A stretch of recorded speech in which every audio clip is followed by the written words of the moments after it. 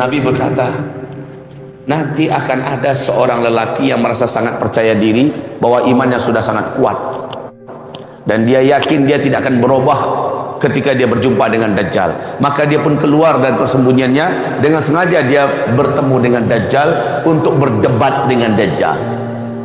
Ketika dia keluar dari persembunyiannya, bertemulah ia dengan Dajjal. Dia melihat Dajjal, Dajjal melihat kepadanya. Iman di dalam dadanya pun keluar dari hatinya. Dia pun kafir kepada Allah dan sujud menyembah Dajjal. Begitu kuatnya fitnah Dajjal ini. Maka Nabi haramkan, jangan pernah kalian berjumpa dengan Dajjal.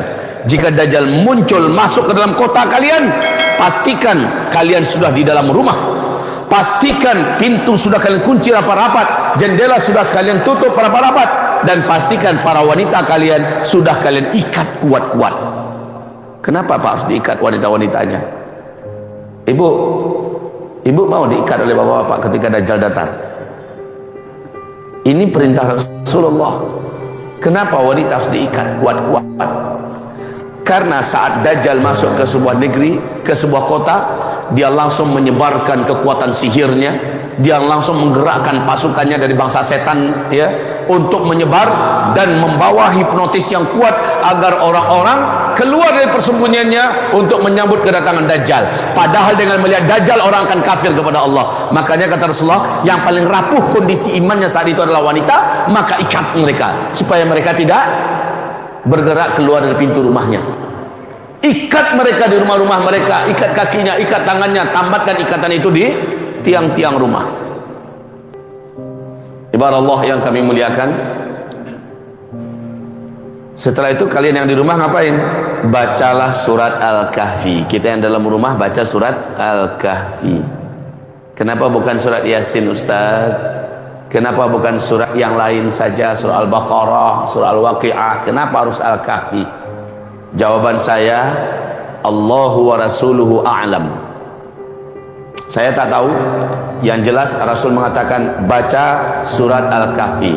Ternyata dalam hadis saya temukan, kata Rasulullah, siapa yang hafal surat Al-Kahfi, dia memiliki cahaya yang sangat kuat.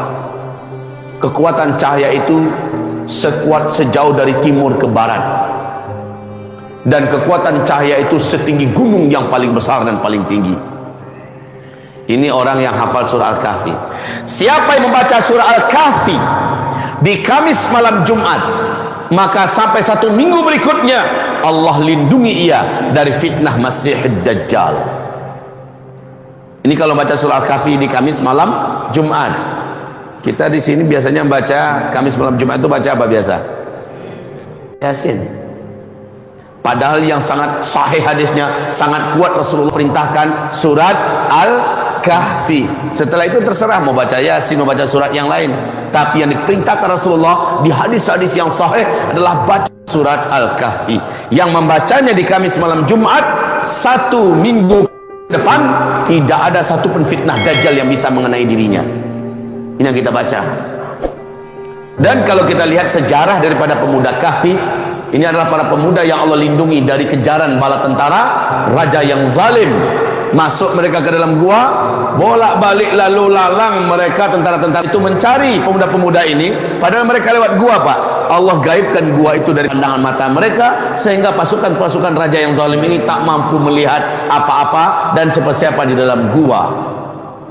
Maka yang bisa saya terima dari sini, yang bisa saya ambil pelajaran dari sini adalah orang yang membaca surah Al-Kahfi dalam rumahnya ketika Dajjal keluar, bala tentara Dajjal dan setan-setan tidak akan mampu menemukan rumah orang-orang beriman yang dalam rumah itu orang berimannya baca surah Al-Kahfi.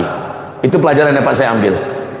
Jangan lupa ini Pak, bisa jadi saya nanti sudah tidak ada, saya sudah meninggal dunia, kemudian Bapak Ibu menemukan fakta dan kenyataan bahwa Dajjal masuk ke kota kita.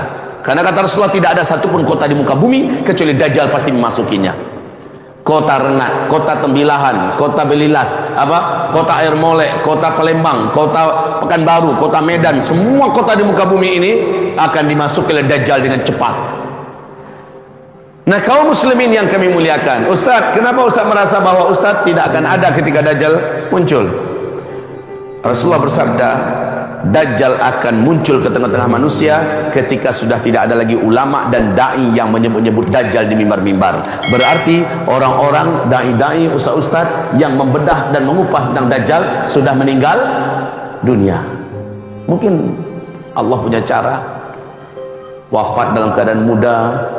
Ustaz Rahmat Baikuni, Ustaz Ihsan Tanjung, Ustaz Abu Fatihah Abdul Khalik, ya, Ustaz Zulkifli Muhammad Ali, bisa jadi. Atau bisa jadi kaki tangan Dajjal yang sudah menyebar di seluruh dunia menangkapi ustaz-ustaz yang seperti ini, lalu memenjarakannya, menyimpannya, sehingga dakwah tentang Dajjal tidak lagi disampaikan di mana-mana. Karena pada saat itulah Dajjal akan keluar. Apapun kondisinya, wahai Bapak Ibu, ingat nasihat-nasihat saya ini. Dan tolong ini betul-betul disebarkan nanti tentang masalah Dajjal. Kenapa demikian, Ustaz? Apakah Dajjal itu sudah dekat akan keluar? Saya tidak tahu kapan dia keluar, Pak. Akan tetapi tanda-tanda Dajjal itu lepas dari ikatan dan belenggunya sudah ditunjukkan langsung oleh si Dajjal di dalam hadis sahih riwayat Imam Muslim, di mana Dajjal ini terikat dan terbelenggu di tengah pulau, di tengah laut Yaman. Yang bercerita adalah Tamim Ad-Dari, seorang kapten kapal yang memiliki 20, di riwayat yang lain 30 awak kapal, anak buah. Kami terombang-ambing oleh ombak laut yang sangat tinggi dan besar di Yaman, di laut Yaman. Kami tidak mampu mengendalikan kapal. Hujan lebat petir menyambar, langit sangatlah gelap. Akhirnya kami pun terdampar di sebuah pulau yang kami tidak ketahui. Kami tunggu matahari terbit. Ketika hari sudah siang, kami pun turun dari kapal. Ternyata pulau itu sangat lebat, hutannya sangat lebat. Kami masuk ke dalam pulau itu. Tiba-tiba kami dikagetkan dengan kemunculan seekor binatang berkaki 4, berbulu sangat tebal dan hitam. Saking tebal dan hitamnya bulunya, kami tak bisa membedakan binatang ini binatang apa, dan mana kepalanya, mana bagian pantatnya. Kami ketakutan dan kami lari meninggalkan binatang itu. Hanya satu kali genjotan, binatang itu sudah ada di depan kami. Udah terbayang, Pak, binatang itu besar. Satu kali genjotan saja, binatang itu sudah menghadang kami. Dan binatang itu bertanya, apakah kalian orang-orang yang datang dari Arab? Kami semakin ketakutan mendengar binatang ini bisa berbicara. Kami fikir dia adalah setan betina yang akan membunuh kami. Lalu binatang itu berkata, kalian jangan takut, saya tidak akan menyakiti kalian. Saya adalah Al-Jassasah, saya adalah mata-mata yang ditugaskan untuk mengawasi siapa saja yang masuk pulau ini. Apakah kalian datang dari Arab? Jawab. Akhirnya Tamim Ad-Dari berkata, ya, kami dari Arab. Bagus, kalian pergilah ke kuil tua sana. Ada seorang lelaki yang sudah sangat lama di kuil itu menunggu berita tentang perkembangan dunia terkini dari orang-orang yang datang dari Arab.